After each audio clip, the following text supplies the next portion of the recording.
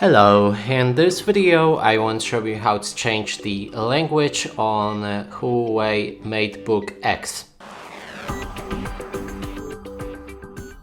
To do this, first we'll need to open our start and then move to the settings.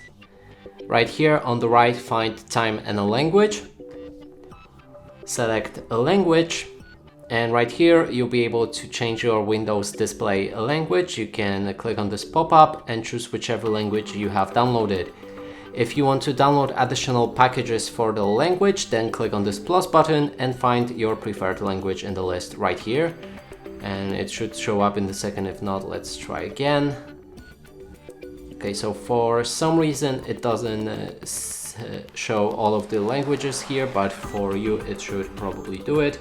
If not, simply restart your PC. Next thing we should do after changing a language is to go to administrative language settings below, and right here go for administrative and change system locale.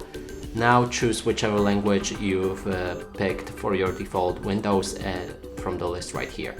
And that's it for this video. Hope you like it. Please consider subscribing to our channel, leave a like and a comment below.